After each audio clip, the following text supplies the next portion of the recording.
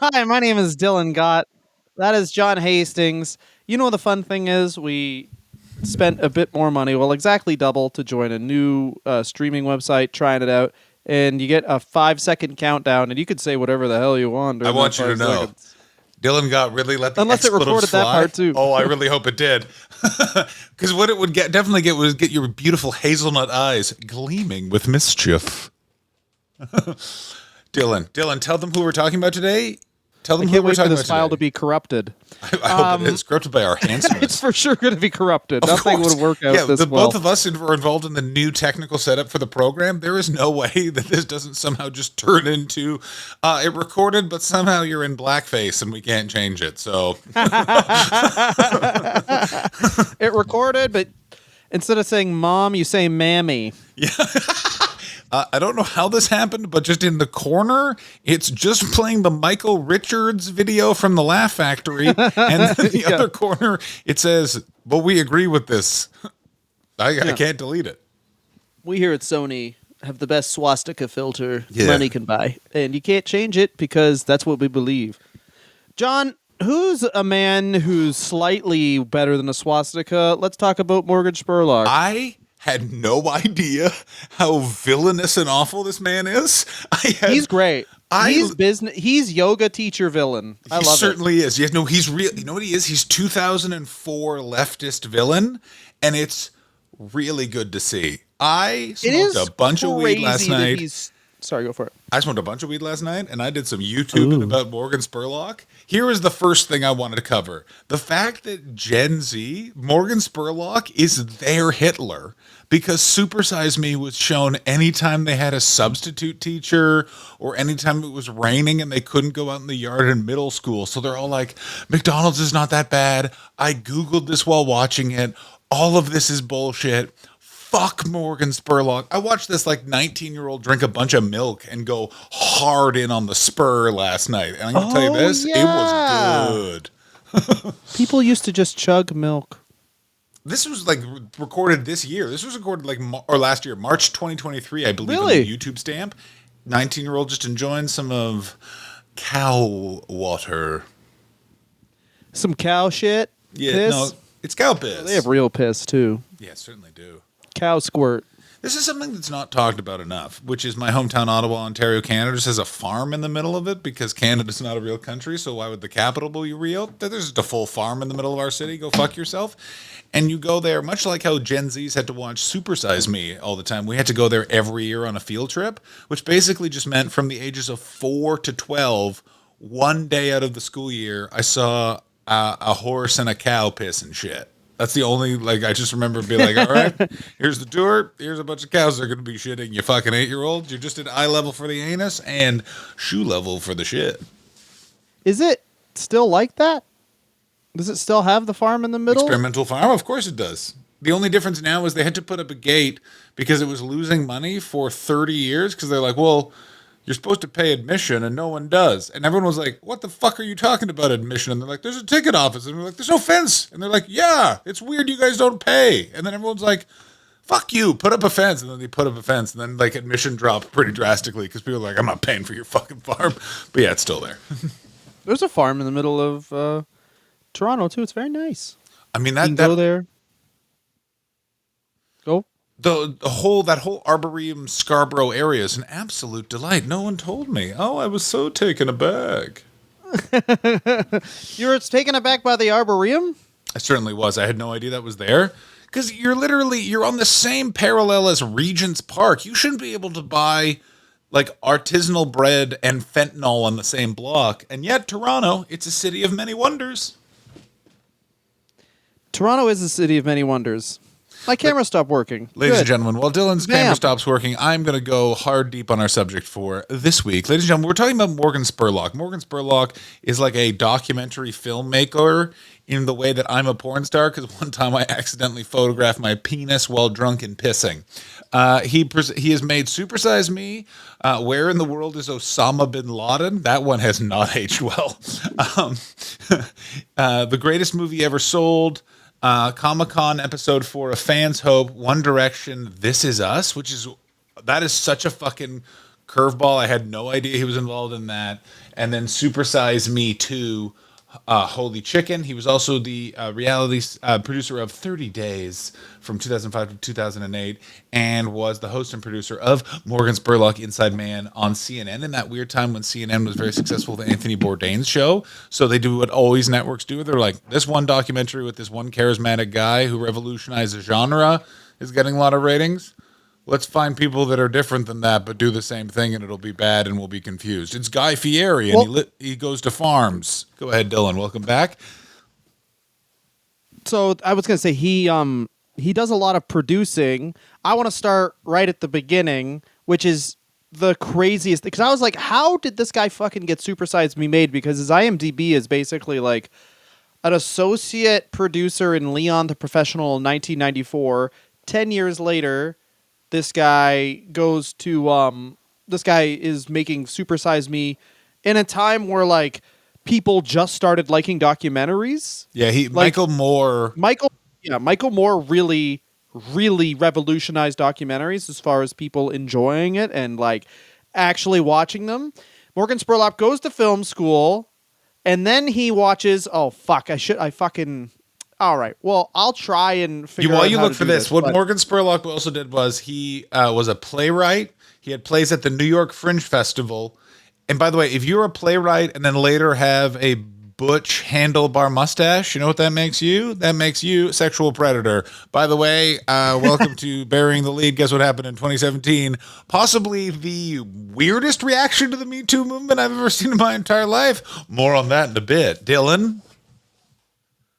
Can you see this? Oh no. This can't be good. Is that Matt Taibbi? I don't know what that is. Oh, here we go. Excuse me. I didn't realize. Dylan Duke here. This is so this is Morgan Spurlock's, for those of you not on the watching the video, this is Morgan Spurlock's first show. It's called I Bet You Will. He's credited as the creator. It's an MTV show. Let's see how MTV this show is. Oh, it already. Can you hear that? It's so MTV. I cannot hear it. Oh, it's already. You know what it looks like? This is a really Canadian reference. It looks like The Buzz. Yes. With Darren Jones and Mr. Mo. I cannot hear it. Oh yeah, no. Look at this guy. No. Oh no. Oh no. Oh, pause it. Pause. For the love of God, pause.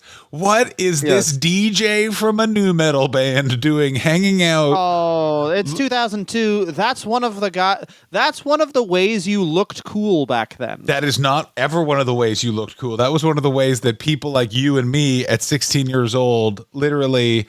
I know a guy with spiky hair who saw a guy similar to that and yelled, "You're lucky I don't got a beer or I'd throw it at you." And the guy went, "Why would you throw it at me?" And he went, "Your fucking piercings, man." Canada rules. Canada fucking rules. Morgan Spurlock looks like the kind of guy you meet at a hostel and you come back and he's just going through your bag being like, I wanted to see if you had any Ben Harper CDs. Oh man, it's so good. And now this thing is fucking up. Anyway, basically, all right, you don't even need audio for this. We can describe it for everybody because we're the best podcast in the world apparently. Can't fucking hook up audio.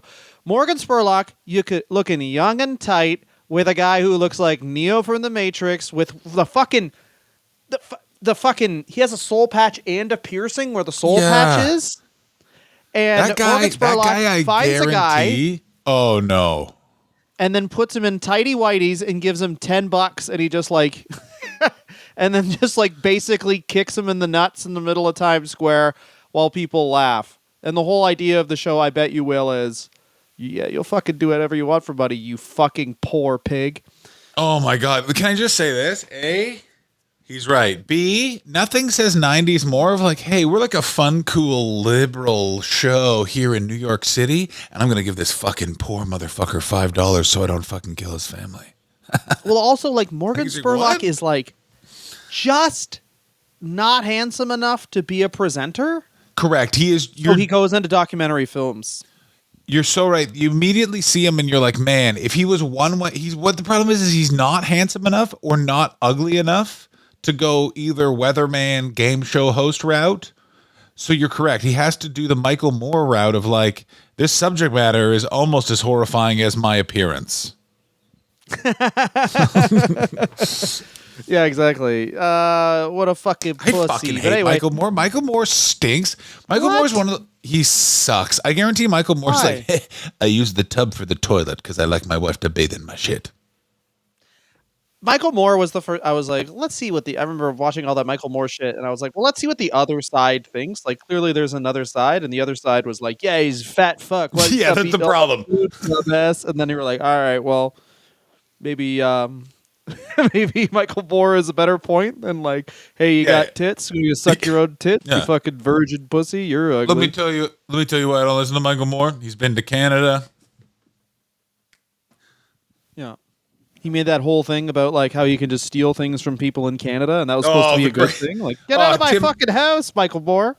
Tim Dort's greatest fucking pointing out ever. They stole some booze and some cigarettes. Cigarettes and still booze. to my life, I still hear you saying that to me in the auspice of, do you want to go smoke some cigarettes and drink some booze? So this is the interesting thing I think about Super Size Me. It was basically originally thought of as an episode of a series that he gets after this immediately called 30 Days, where you just do something for 30 days. Like he has like a guy who's a hunter, like a fucking farmer, big into hunting, become a vegan and hang out with vegans. He has a person who's like really for gun control, hang out with some rednecks who love guns, that type of thing. Completely. What's else? Yeah, sorry, and he sees a lawsuit where two girls sue McDonald's for making them fat, thinks it's dumb, looks into it, and is just like, wait a minute, this isn't dumb. McDonald's is very bad for you, and obviously he hates Chunkos. The whole movie doesn't age well, because if you're one of those body positivity people, it's just the classic 90s thing of showing a fat person but without their head. Yeah, but and by the way, in Super Size Me, like, I want to say this: in Super Size Me, it's not only just the head. All the fat people they show have such specific T-shirts. Like they almost basically were like, put on these shirts that give your name, address, and social security number. Yeah. Why? Shut the fuck up. Like, hey, there's a fat guy. Why don't you show him? He's in a suit. No, we need a guy who has a shirt that says "Need Head." Yeah, where's a guy that says Frankie says relax shirt? Yeah, they need it to be just fresh out of the It store in the mall. That's the only fat people. We're not going to show anyone with dignity.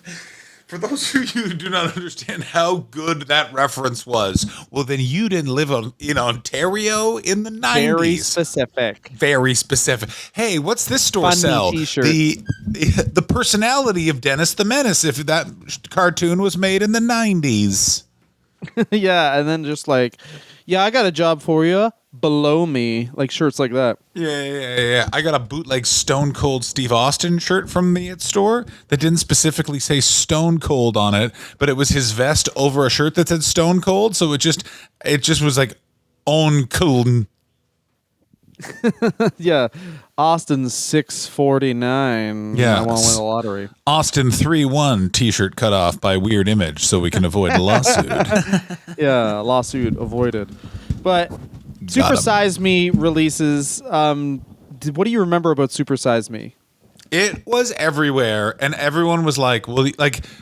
It feels really bad because McDonald's is a horrific corporation that has done horrible things, but it was like McDonald's was like a bank robber, and Morgan Spurlock is like a bunch of murderers, and they're like, whoa, we steal from poor people, we don't kill them. Come on, that is it, isn't it? Because a lot of the movie is just like McDonald's is bad for you, and people know that, but he's basically saying that McDonald's is like if you eat it for 4 days in a row, then you'll like die. So there's been so many documentaries. There's one called Fathead that just completely debunks it. I started watching that, by the way. Let me tell you. I mean, I'm sure it's not good. It is, Dylan. I can't. Worse. It is. I've seen Two Girls, One Cup in the last 12 months, and I would rather watch that for 90 minutes. Like I've never seen something that is both charmless and annoying. Like one is like, this is very annoying because it lacks charm. You're like, how? This is two separate things. Oh, it's bad. Super Size Me that was genius, and here's why. And here's why he got famous from it: is he was so fucking lucky going into it, and I don't think he planned this. I think that he didn't realize what was going to happen. And do we reveal the rub of why Super Size Me and he had that reaction? Morgan Spurlock is a binge drinker and had clearly was dating a vegan chef at the time. So he was doing the thing that so many of our friends did in their 20s, which is stop drinking for like a month and was like, I'm totally clean. I'm really fine.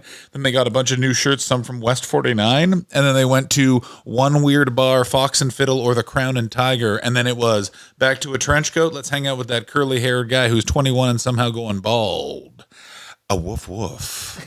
Well, he started doesn't partying stop drinking again. because he admits later that he's never been sober for more than a day in 30 years. He's been I thought it drinking was more than a solidly week. since he was 13. It was more than a week because, listen, I did a lot of watching of tweens fucking debunking this movie last night, so I got some evidence backing because what they're trying to figure out is how he got the levels at the beginning of the movie with those doctors, and then a bunch of people, and one of the doctors in it says, oh, if you like stopped drinking for a week, it would reset your body a little bit because your body's starting to heal. And so it would spike those numbers and they'd look really good. And then if you just start drinking again, it's exactly what would happen, to the point that one of the doctors in the movie goes, only a binge drinker would have these numbers. Do you drink? And he's like, no, I don't drink. And then you now know he's like, oh, no, he's a fucking mad alcoholic the whole time. Yeah, so the exact quote is, I haven't been sober for more than a week in 30 years. Yeah. So, yeah, I mean, maybe he just took a couple days off and then but exactly, like at the beginning, he makes such a big show of, and I remember it being weird at the beginning, or when I saw it the first time, he makes a big show of like, I'm in shape, I'm great, look at this chick I fuck, she's healthy too. We nut almonds. When I nut, it's real nuts. Healthy fat. I'm not a fat fucking loser like some of the fucking titty bitch pussies watching this thing. He really strikes me as a guy that I had to hang out a lot with in 2004. By the way, I was a fat boy in a leather jacket in this year, and I was eating McDonald's a lot. And let me tell you, I was a number one okay. Oh, you just got fat. Yeah, I just got fucking fat. And also, it was great. I missed the double Big Mac. That was the best sandwich they ever had. He said it took him 18 months to get back to where he was, and I was You're out like, of your... Yeah, because you were stop boozing, eating. baby. Yeah, because you were drinking Grey Goose. What are you talking about? I also used to party, Morgan. I know how you lose weight. You want to lose weight real quick? Yeah, Don't drink for 30 days. Yeah. If you drink and stop drinking for 90 days, gagoosh. Also, well, yeah, because you're inflamed. Now let's talk about lectins. Thank you very much. You're inflamed. Also, you have one of those great things is once a lot of the water coalesces in your body, you have one of those big shits where all the dry poo in your asshole gets wetted by your body again and falls out. It's really satisfying. That's when Yoga John and Gym Teacher John gather in one sentence, where it started off as... Gather one sentence for the best type of sentence. Here is why getting healthy is fun. You have a bunch of big shits in a row, and what's better than that? Kind of ones where you're like, I shouldn't flush this. I should go get someone. Excuse me, professional trainer. Let me show you what hard work's all about, eh? A wonderful man named Manolis Zantanos had a conversation with me, which was, you got to make a decision at the age of 35. Are you going to have 100% hard dick, smoke cigarettes and drink, or sorry, a 70% hard dick, smoke cigarettes and drink, or 100% and don't do either? And I was like, I'll make my choice, Manolis, and I did. Let me say this about both those, and I have Cialis. Go for it, John. I wanted you to know about this about Dylan Gott. We're glad he still smokes and drinks because that man had a 200% hard dick. I lived with him in London, England in 2015, and basically he just walked around with a boner so big, women, they didn't get turned on so much as they got intrigued. What's wrong with him? He has so much exactly. passion. Yeah. Do you know how much He's sexual that passionate. harassment I've done just by being alive? Yeah, they call me the Spurlock. Yeah, exactly. It's a curse. Yes, you'll have a hard penis, but you'll be bald fast and no chin. But your penis never soft. Anyway, John, Morgan Spurlock does this fucking thing. Also, other people have... It's so... I'm torn because it's like, obviously McDonald's bad for you. Obviously, they're a terrible corporation. But like, this specific way of proving they're a bad corporation doesn't work. Well, it doesn't. It doesn't. It did. Like, there's other things they do that are bad. This one It's like, yeah, obviously, if you eat McDonald's all the time, you're going to be a chunko like Dylan got. But what he's saying he does, like the 5,000 calories, people crunch the numbers. You can't have 5,000 calories That just was the having best three part. square at McDonald's. Yeah, that's the thing. Is it's also because he was either factoring in the booze or he was just lying about his calorie count. Is what he was Probably doing. booze. Or the calorie count. I think he was also lying about the calorie count, just straight up, just like, let's make this more shocking. Yeah. Because they're also relying on the fact that McDonald's is Or not he going to was like, sue. "Can I have 9 butters?" And then he just has the butter Yeah, too. or he was he was rocking John and Dylan circa 2000. We're in high school. Let's get nuts with this pantry. Like, the other thing is that Morgan Spurlock is probably a smart enough person to have gone to a lawyer, and a lawyer is going to go, look, you can libel McDonald's pretty extremely in this case because they're not going to sue you because that would open them up to have to explain trade secrets to prove that they're not doing this. So they're not going to sue you. So he's operating in the same space a lot of conspiracy theorists do, which is they accuse a organization of doing something fucking wild and then use the point that the organization is not suing them as proof. They're like, see, if that was actually libel, they'd sue me. And it's like, no, there's circumstances around it that allow them to, you know what I'm saying? In the same way that McDonald's kind of proves his point by they got rid of Supersize as a result of Supersize Me. But really they were reacting to trends within the market because everyone was getting healthier around that time because, we all had to look ourselves in the mirror after supporting the war in Iraq. Whoa. No, Yeah, also thank it was you. like, I remember getting hammered and getting McDonald's early in the AM one time, and I was like, this isn't a healthier menu. They just made it green. They're like, here's a Yeah. chicken sandwich. It's still a McChicken. They just put green font. It's like green, like vegetables. McChicken's Isn't a that vegetable fun? now. Yeah, Eat it, exactly. badass. Yeah. Hey, get it. For an extra Although, $5, we'll squirt mayonnaise in your mouth. exactly. How does that sound? For an extra 10, we'll let you just put your mouth underneath the ice cream machine because it doesn't work. Yeah, you can suck rust. Do you want to suck rust? You fucking Suck rust. pathetic little fuck. You got to choose. Do you mean Russ, the guy who delivers the burgers at 3 a.m, or the rust inside the ice cream machine? Whoa. All right. So Morgan Spurlock is just classically a villain. He has a vegan girlfriend in that movie that I assume he murdered or stops talking to or whatever. He is who the right wing wants a left wing person to be. Vegan He's girlfriend. Yeah. Fucking Hogan mustache. They think Misrepresenting Barack Obama facts. is Morgan Spurlock. Like, they're literally like, when he was the president, he ate at McDonald's 30 times a day, and that Michelle was a vegan. Like, you know what I'm saying? Like, he's everything a big city lib is the worst. Like, he's just, trans people are cool, and then he just punches a kid. You know what I mean? You're like, what the fuck is going on? I don't know trans people.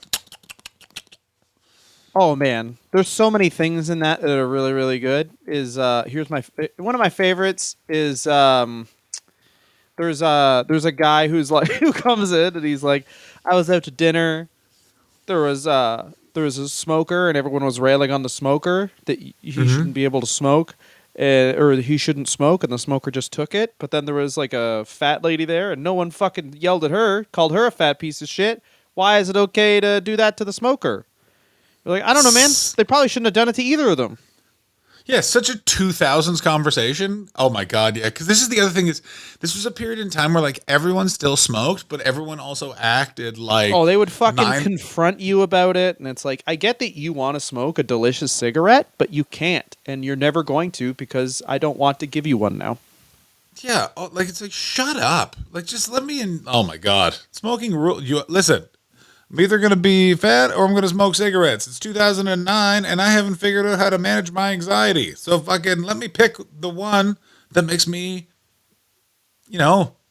feel cool. Like a leather jacket. Yeah, I want a for pacifier, my loneliness. but I want it to cost a lot of money. I want a cigarette. I want my mummy to be a stepdad. Give me a fucking Marlboro. Give me a fucking, oh yeah. Marlboro Lights, still like them. Marlboro, oh my God. Smoked some Marlboro Lights. My throat hurt, but I pretended it didn't. When did you smoke again recently? I'm in flavor country.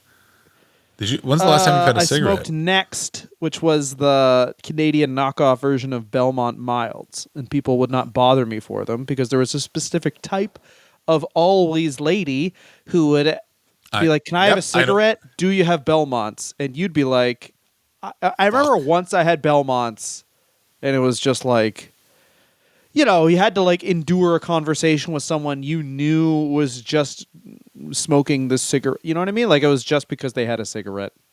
So you're looking at a Canadian classic, man, and it was the best because people were always angry when you took it out. What is this? I was like, that, my friend, is $6. That's what you're looking at.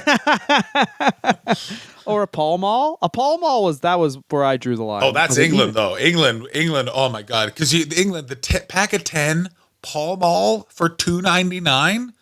Oh my God, the best. I remember just going through the sofa once.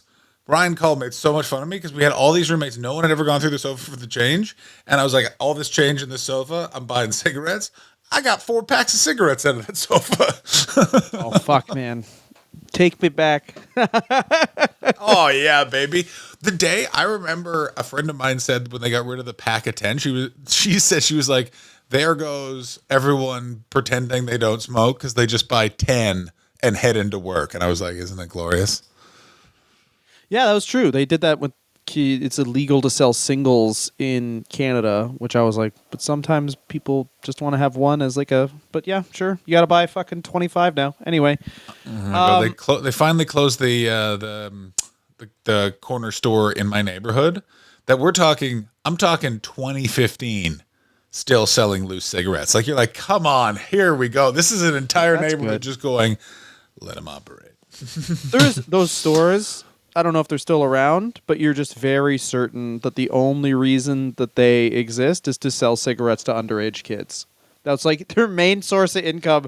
If you had a pie chart of their income, it would be like, you know, Pops selling smokes to kids. It's okay, just so like this is overcap. I actually think this is a very specific Canadian thing, which is, so every school in, especially Ottawa, but this I think is true of Canada, you go to any of these neighborhoods, there'll be this weird corner store, like, next to the school, a block away from the school, and you're 100% correct. You're like, you're not paying for prime real estate in a suburban neighborhood with this storefront that you live above with freezies in the summer, motherfucker. Oh, yeah, just a bunch of sunglasses that are like, how much? I remember I tried to buy sunglasses in the place that sold smokes to underage kids, and I was like, how much are these sunglasses? And they're like $25 in 2002. I was like, Oh, go fuck yourself. You just don't want to sell anything except for cigarettes, and I respect that. How much is this Coca-Cola? $15. Now that I think about it, by the way. You want a pack of fucking Du Mauriers? $25? That's $6.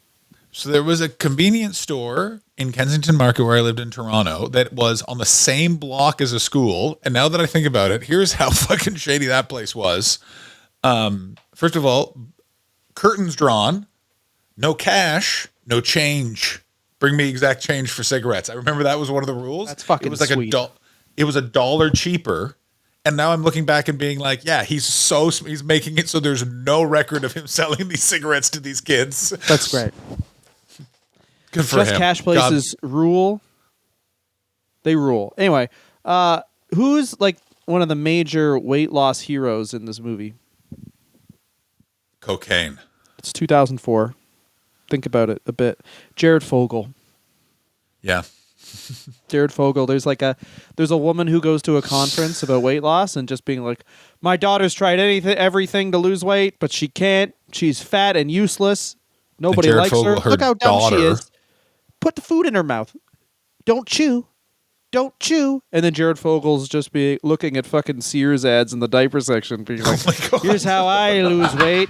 It's time for yummies. You got to be able to be thin to slip through the doors. Oh, no. How are you going to hide under a crib if you're fat? No. They show Pampers commercials all day. It's so I nuts. live a good life. Here's who the hero of Supersize is to me, is that weird guy with the ponytail who I assume lives in rural Canada, who eats 2 Big Macs every day. That fucking guy. That's the winner of this fucking movie in my book. He meets Morgan Spurlock. Morgan Spurlock, like, this guy's not fucking healthy. Morgan Spurlock, you fucking alcoholic piece of shit who's been canceled for being a fucking sexual predator. Guess who's having 2 Big Macs a day and fucking whistling. That's my favorite thing. What? What'd you say? Canceled himself. Oh, we're gonna get to that. But yes, exactly. But yeah, no, that guy's still getting 2 Big Macs a day, wearing his weird glasses, probably still really into, I don't know, something bizarre like war reenactment. Morgan Spurlock? The guy who eats 2 Big Macs a day. Oh, what about what about fucking oh yeah, the guy in the movie who eats 2 Big Macs a day and looks like he's one of the Ramones? Oh, that's exactly who he looks like. What's this guy's name? Yeah. Chewy Uh, Ramone, yeah. Don Gorski. I fucking love Don Gorski so much. Yeah, Don Gorski Gorski. sounds like a guy in Brooklyn from the 70s. Is Don- Don Gorski. Don Gorski. I sell belts. I love two things. I like Big Macs. I like belts. My wife is fine. My One of those guys laughs like is that. worried. Remember those guys? But you got no. There's too many ha's in yours. Just one. By Morgan Spurlock, I think very smartly, as all evil men are. He's evil. He's just a fucking piece of shit. Anyway, immediately he's no longer in front of the camera. He is just a producer. He produces The Simpsons 20th anniversary special. He does a fucking documentary which I really like called Knuckleball. The history of the knuckleball. He has a couple documentaries like none of them do as well, obviously, as Super Size Me, because that's like an aberration. But Well, it's also because as it the other turns thing out, about Super Size Me is fiction. Sorry? Like Super Size Me was a fiction with the most watchable thing ever, which is basically like, do you like McDonald's? Yeah. Do you like seeing a piece of shit throw up in a parking lot? Yeah. Come here. It's true. Minutes. It's like before the internet was around, really, it's just a guy doing mukbangs for fucking 2 hours. Yeah. And then he's like, here, look, and then just obesity stats, and then platforming a pedophile. He's doing mukbangs, platforming a pedophile, and then making fun of fat people. Let me ask you a question, Dylan. Are you not entertained? Are you not fucking Hollywood, entertained? baby. Yeah, that's Hollywood. So, you want to make it in the big H? Time to puke. So he has another one called The Greatest Movie Ever Sold, where it's just like making fun of product placement while also being product placement, which Can I say this about sick. He loves that idea. Exactly. All of Morgan Spurlock's ideas are ideas producers have pitched to me as comedy ideas. Do you know what I'm saying? So wait, like, Know Your Enemy, Al Qaeda's Third Wave, that was a comedy idea you were pitched? In that, everything he approaches is purely from a like, let's make money. No. I guarantee he was like, you know who watches documentaries? The Taliban. Let's do it. You know what I mean? Like that's everything is, you know who hates being marketed to? Millennials. Let's do a movie, but they also love meta comedy. It's a marketing movie that we market to them. Boom. Supersized. You know what I mean? Like that's what I'm saying. I guarantee he says supersized a lot too. Supersized. He is very much a TV guy. Like everything he does is like it's like a short or like a short TV series for like an extended cable channel. You're correct. This guy doesn't really exist anymore. He's a real Gen X who does cocaine douchebag. You know what I mean? Like it's all just to service him, but it's always done in a way where it's like, this is really altruistic. I'm just revealing to everyone that someone needs to come over and make me a fucking sandwich. Like it's all in the end serves him, but it's presented like, can you believe I sacrificed so much to let this woman lick out my asshole? He just seems like, I mean, to me at least, he seems like one of those guys who's like he's like a cool teacher at a high school who later on is fired for indiscretions. Yeah, he's a kind of teacher that's like, you don't need to call me Mr. Spurlock. I'm Mr. S. And then you find out that he dated like Lock 4 the door. different people the day they graduated. Also, here's how you like literally, yeah.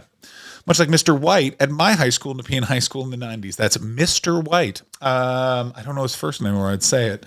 Also, here's how you know he's a piece of shit. He he graduated from NYU's Tisch School of the Arts and then became a playwright. This guy's a fucking piece of shit. I went to theater school. Let me say this about people who went to theater school. If they are not screenwriting or stand-up comedians, literally history's greatest monsters should be rounded up and shot. Well, he does NYU, and then he was like, he could have gone to USC, but USC owns all your shit he was talking about, so he went to NYU, so you could just like start making things immediately. And I mean, from 94 till he fucking thinks he's being, this is the best thing. He thinks he's being it's the word altruistic, but he thinks he's being a great guy by Oh, being like, listen, I'm gonna help this problem in the only way you can, men. And then people are like, what the fuck did you write? And then he's like, oh no, I don't have a career anymore. But it seems like he's made enough money. Like a lot of these shows he comes up with, it's like classic shit where it's like, what has that guy been up to? He had a TV show with 125 episodes, and a lot of them are like he has a documentary called Mansum, which is about it's a bit late, I think. I kind of lose track of like time frames, but like it's about like men basically, why do men take baths now, which is like a that was like a huge thing. I remember this. So no one Yeah. talks about this That was anymore. a There huge was thing this. where it's like these men, they're taking baths. What the fuck is wrong with men now? You should no bath, show up, dick out, go yum yum. Being gay is bad. I'm your option. That's how you pick up a fucking woman. So, 100%. So there was this thing in the 2000s called being a metrosexual, which just basically meant like You wear a button up. you wear a button up and you used moisturizer once at some point in your adulthood. And that was like this metrosexual was listening to a song that had a horn in it. Like it was so fucked. Oh, is that the color green? You're gay. Green means go. Fuck me in the ass. Gay guy. Gay. But legit, like I 100% remember correct. Like the I idea used of the having word- clean pants in my Correct. family still. My my stepdad and my uncle have to bite their tongues because my sister's boyfriend shows up with like nice pants, and they're like, I don't know what world I'm living in where I can't shove this guy. Why can't I shove clean pants? And then they and also it is a very good nickname technique where if someone wears a tight shirt, you just call them tight shirt. It's like, yeah, that's it. You're tight shirt. Like literally if and the mayor of Stouffville, tight pants. Get up there, tight pants. Oh no, you can absolutely have access to the treasury, but you wore tight pants in grade 4 and you're never not tight pants. I went to school with the granddaughter of the mayor of Ottawa, and the amount of teachers that let that, and I mean 7-year-old know that her grandmother was a piece of shit. It wasn't one. It was multiple times. You tell your grandmother what the fuck. I remember specifically a man named Monsieur Broussard, who wore sunglasses the whole time, said, I'm not paying these taxes. Tell your grandma, and just walked away. Like, what's going on, baby? Oh Welcome yeah, to fucking hell. hate taxes. I'll tell you this about. I had to actually go into my TikTok feed and just explain. Stop putting no right wing things anymore, please, because it's just TikTok loves a vlog of a guy who doesn't understand anything, but just fucking hates taxes and doesn't even look at the. I guarantee these people aren't like printing off their credit cards and being like, oh, here's how much I spend here. It's just they hear about taxes on TikTok and then also make another TikTok like, they want me to pay a carbon tax? First of all, I don't know what carbon is. Second of all, taxes? I don't like them. No taxes. Anyway. I know two people I know that are like, we don't pay enough taxes. I have later found out that their parents, and we're talking late 30s, have paid their rent the entire time that they've been out of the house. And I was like, That's you know who can complain about about fucking taxes? Your fucking parents. They're still paying at the fucking office. What are you talking? Free rent? You're like, I gotta fucking pay my tax. Suck my ass. It blew my mind. Blew my fucking mind. Hey man, here's what you do. If you pay tax, you pay a lot of taxes. This is what my mom does. You just use the library a lot. You're in that library. Oh, Which is such a weird, funny thing where it's like, this is my internet. My taxes pay for this. This is my internet. This is my road, buddy. If I want to stand in the middle of it, I will. I paid for this road. How much do you make? You didn't pay as much taxes as me. Turn left, buddy. This is my fucking road. Anyway. I stand by. This is something that my grandparents always felt. I'm paying for this fucking healthcare. Smoking and drinking is illegal. You shouldn't be doing that. If I'm paying for healthcare, none of that. And I always was like, what? These are people that would have a wine, but they're like, nah, nah. Like they were literally like, if you got lung cancer from smoking or anything wrong with your liver, that's on you. It's like, Okay. What about a kid with liver cancer? Well, whoops. You shouldn't have been drinking so much down by the mine. Morgan Spurlock is just a villain. He's just your classic Hollywood piece of shit producer who wanted fame. He would do he basically invented being an influencer. I'll do a bunch of stunts. One of them will hit. It will gain me an audience. I will spend a period of time selling whatever I can to that audience and getting money from other people so they have access to that audience. And then, as we now know how that cycle ends, I will either be revealed to be some sort of sexual monster, or I will go a type of right wing that it won't appear in Dylan's feed anymore because Dylan has asked TikTok not to show him, that weird song and then a man in cowboy boots walking in the woods. And then the scroll is like, do you want to know why she left? Because women are bad. Well, he does make, and he's got an accessible personality. Honestly, he's like fucking butter, man. You don't even notice him. He's all right. Literally has a career successful, uninterrupted for 13 entire years, consistently making minimum 5 projects per year. If he's not making his own movie, that's the only reason he dips below that, because he makes his own movie. He makes a couple, there's Mansum, obviously. He makes Super Size Me 2, which should have come out but then later comes out on MGM, which is really funny, which is great when everyone says canceled, quote unquote, where he makes Super Size Me 2 and it comes out on streaming and no one gives a shit. Because it's building on an old conversation, which is what I was saying was the whole reason Super Size Me worked was around this time you're getting, I'm at this point young, so I don't even know if it was the first, but the topic of conversation of genetically modified food is really taking off. There's a book called Fast Food Nation that's a huge bestseller where it basically goes into how you can just create the taste of a cheeseburger in a droplet. You don't need, you don't really, it's the idea of the movie is we're doing all this factory farming and shit.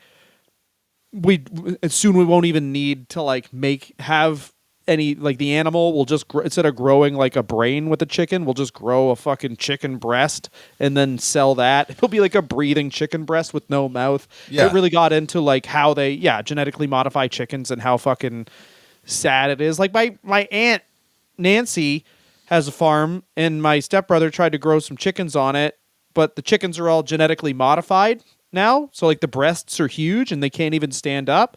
So Nancy was like, I can't go up and be depressed every single day. I can't just watch these chickens struggle to live until you murder them with a fucking shovel. That's not what I'm doing in my fucking retirement years. So it gets into that and Spurlock builds on that. And then, a complete 20 years later makes Super Size Me 2 where he tries to open his own chicken restaurant. So the last thing he's credited is an executive producer on The Legend of Homer Simpson, which is a TV movie. And then what I want to talk about is one of the most fascinating, what do you think he thought was going to happen with this blog post? Now, here's the thing. I'm not going to get into the specific, there was basically, we'll get into it. But anyway, you've read the blog post, have you not? Oh, yeah. Okay. So what did you think he thought would happen?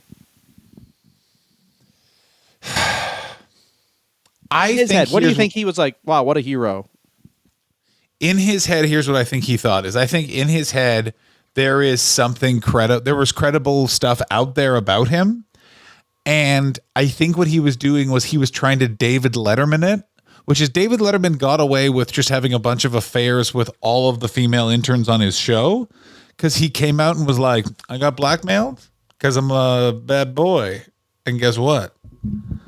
Daddy's bad. And everyone was like, we like David Letterman. This is fun. Morgan Spurlock did it in a charmless, gormless way because he's a charmless, gormless man that just worked one time. And then he put his name on a lot of other people's ideas.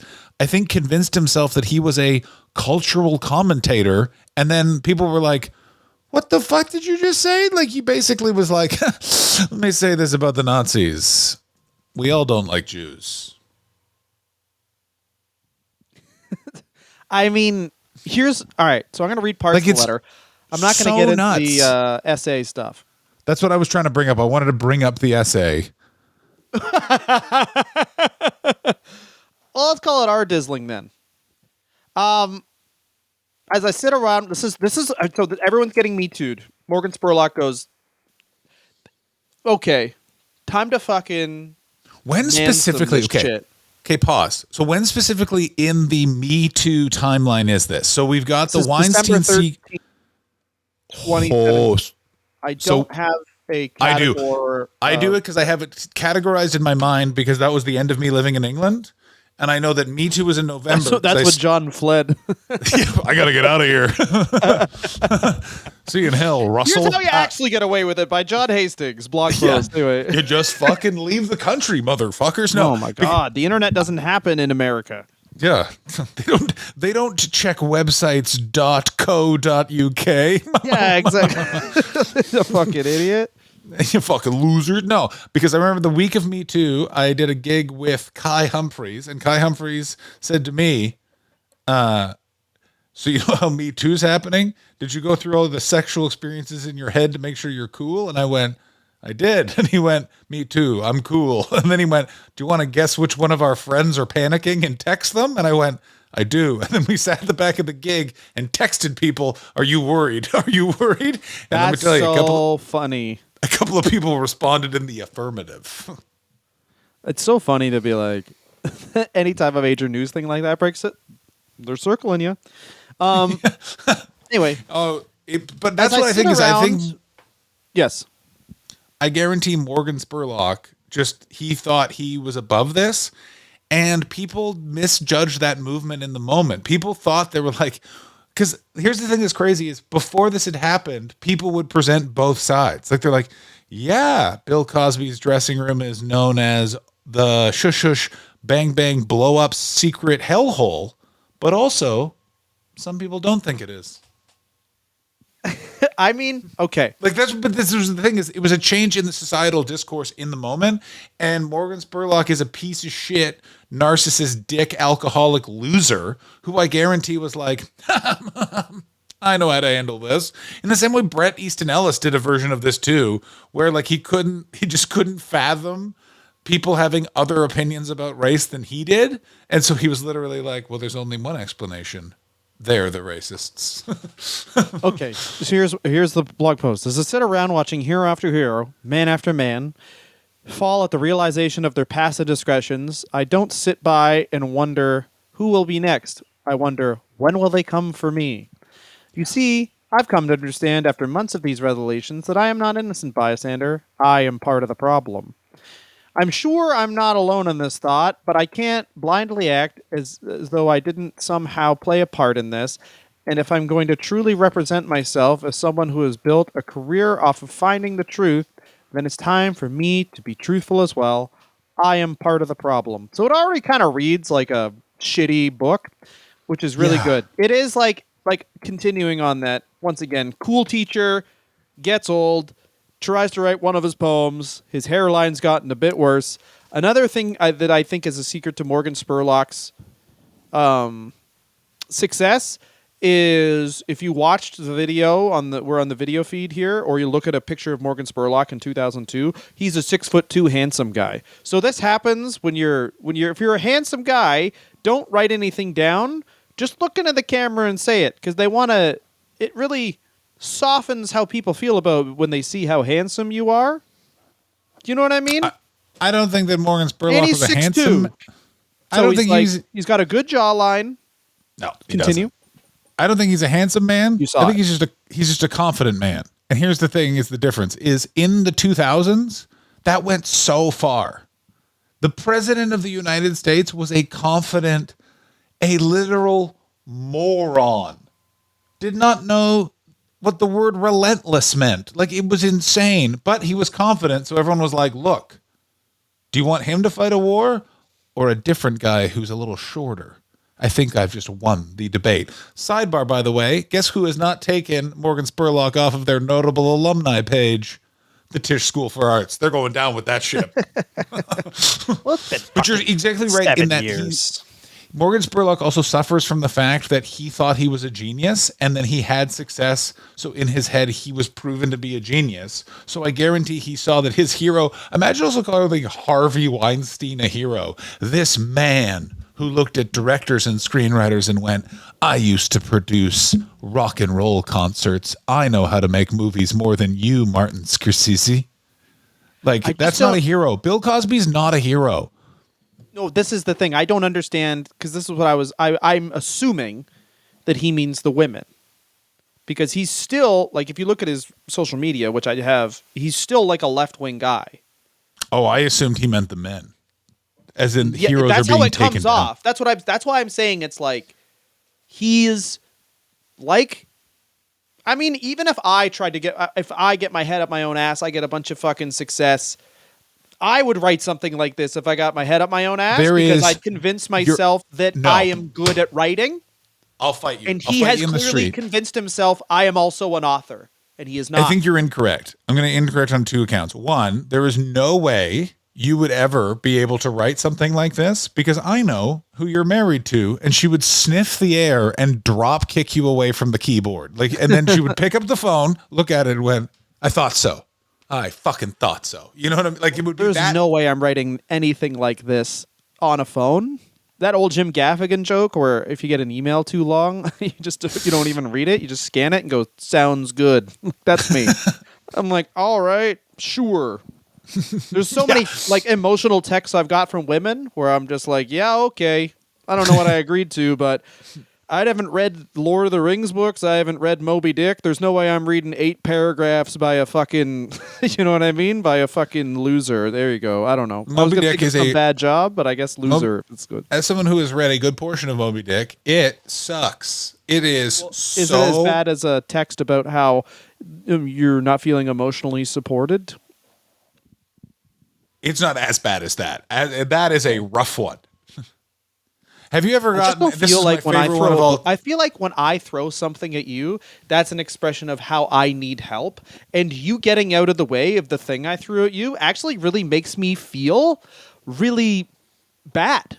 So I feel like if I ever throw something at you and you move out of the way, that's the support I need right now, is to hit you with a book. Okay, that's what I need. Anyway. I heard you're doing stand-up comedy about our relationship. No, I am not. Why aren't you doing stand-up comedy about our relationship? That's you good. value Why do you it put enough? me in one of your jokes? All right, this fucking fat bitch. Why'd you say that about me? You wanted to be in? You're in. Yeah. Welcome to the Thunderdome. Not everyone gets to stay out of the mud. Woof woof. Oink, oink. Yeah, I don't know if when people say that, I'm like, I don't know if you know how stand-up works. That means, why aren't you mean to me? Yeah. You see. Why don't you lie and exaggerate the worst parts of my personality for money? Well, if it's on the table, let's go. Hell yeah. Anyway. So he goes into a story about how he made sex on a woman. She said no, but then they ended up what he thought was consensual sexing, and then he heard one of his friends that she believed she had been sexually assaulted. Is that good? Is that I got to tell you, there's going to get us deplatformed? I'm going to say this about 2017. It was a really interesting time because it was a real era of these sort of posts. And also, like, looking back, there's just this fascinating gap where he's like, she said no, and then we still did it, and then I won. And then there's a bunch of, I was very specific at the beginning of this letter, and now let me be vaguer and vaguer for a while, and now it's still vague. And you're like, wait, I have some clarification. Who's this friend? What happened? What are you talking about? Like, why are you writing this also? Yeah, why are you writing this is a crazy... All right, so he gets into that one. Why he's writing it? No, here's what then he says, at the time... he also settled a sexual harassment allegation at his office 8 years ago. He would call his female assistant hot pants, sex pants when I was yelling to her from the other side of the office. I thought I was being funny, but I realized I had completely demeaned and belittled her to a place of non-existence. And then she basically said, "You better fucking pay me money or I'm going to talk." And he paid off. And then he paid her off. But the way he writes this is he has, I don't know what's like, he has like a fucking constant going, "I am part of the problem. I gotta tell you, I hurt them and I hate it, but it didn't make me stop. The worst part is I'm someone who consistently hurts those closest to me, from my wife to my friends to my family to my partners and coworkers. I have helped create a world of disrespect through my own actions. I am part of the problem." Yeah, he was trying to get ahead of it. There is no way he's not talking about the men when he says heroes at the top of it. And he's just a fucking douche who thought that this could get him out of a hot water.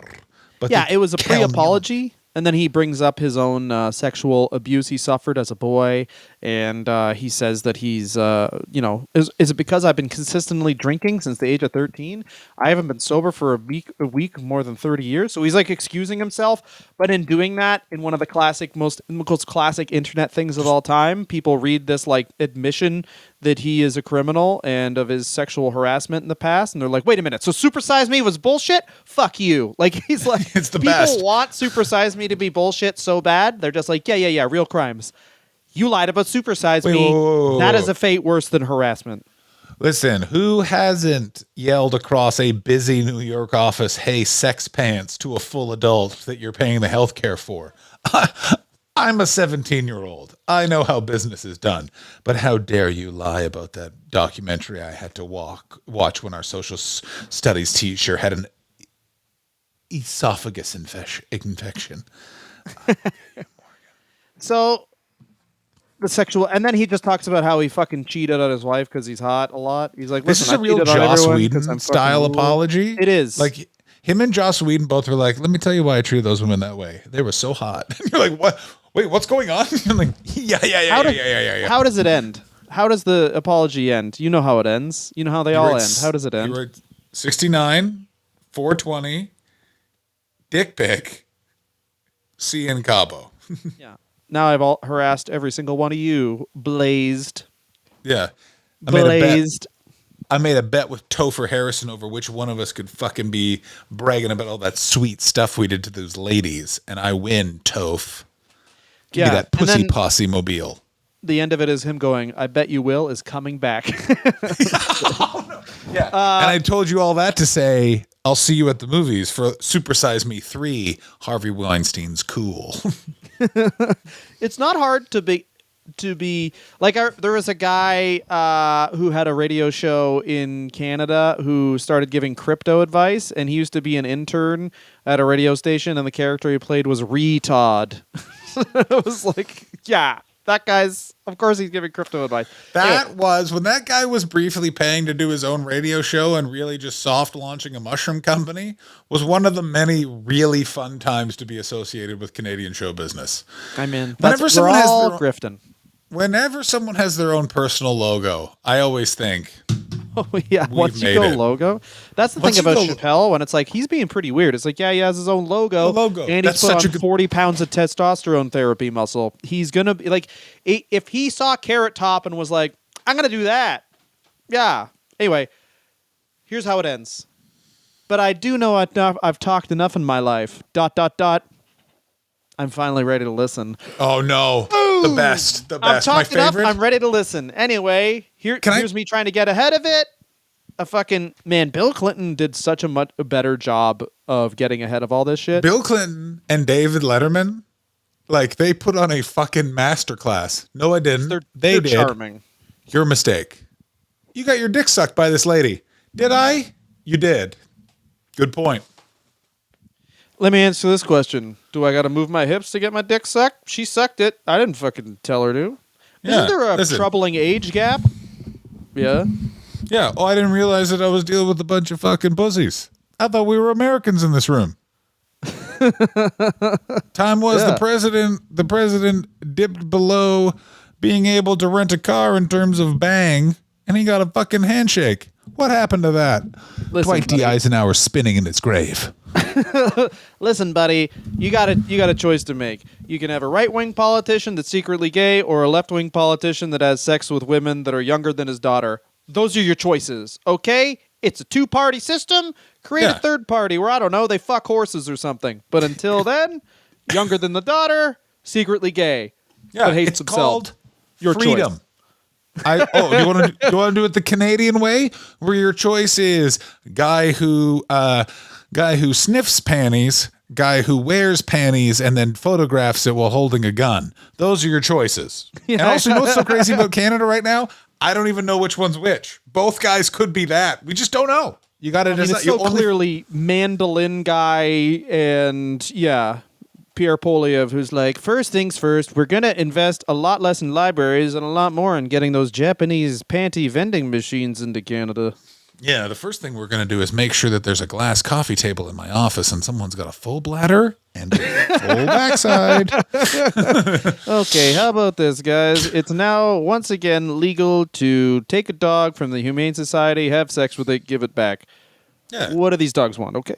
Anyway, If the So, dogs John- didn't want to be fucked by me, Pierre Poilievre, the head of the Conservative Party, why are the dogs so sexy? I thought about there's one thing that I didn't get to, which really I do believe foreshadows this entire thing, which was his production company. I don't know if it's still around, but it was called Warrior Poets, which has got to be one of the most. Saying that makes my skin he did it. crawl. I want you to know something right now, Dylan. You know what you just did? You know what you just did? You basically, Journalism. you did whatever the opposite of if the glove don't fit, you must acquit. But we could have started this being like, you want to know how we know Morgan Spurlock is a piece of shit and definitely did everything he's accused of? His production company's called Warrior Poets. Shut the show down. That was an hour. We just wasted everyone's time. We could have started with that. You win. Goodbye. We are the Warrior Poets. My name is Morgan. That's my buddy Spurlock. Yeah, well, let's call this podcast the Warrior The Warrior Poets. Poets. And then it's just an hour of us on audio, no video, trying to suck our own dicks.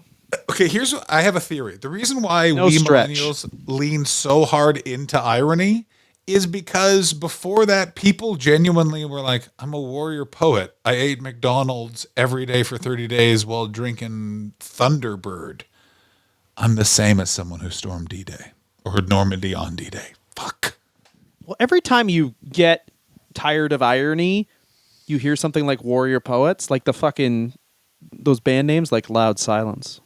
Oh, give Those me were- knife Those hammer. are done now, where it's like, fuck, I'm too old to know.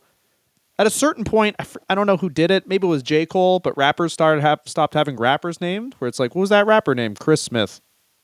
Good for I him. like that though. I also I like that too. I like the rappers, by the way, that still have a rap name, but it's a normal name. What's your rap name? My name's Travis Peters. Is that your real Exactly. name? Travis my real Scott. name. Yeah, my real name is Laser Kendrick Penis Lamar. McGillicuddy. I wanted to blend. And you're like, oh, cool. There's Lil Baby. There's Da Baby. One of the greatest rap lines of all time. Wham, wham, wham. Bitch, I'm a baby. That's good.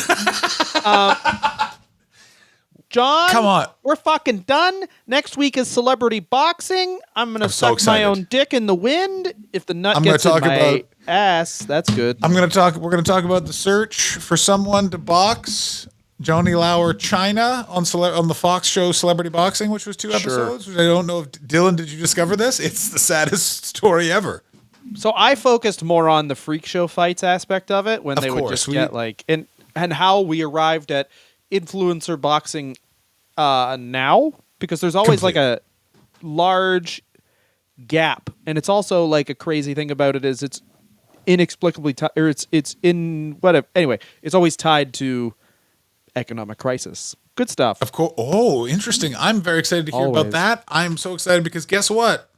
I like boxing, and I like the idea that Mike's getting back in the ring. More on that next week. Dylan, we have a Patreon. Are you subscribed? Rate, review, subscribe, do whatever the fuck you want. La la la la pussy. Yeah. Remember, guys,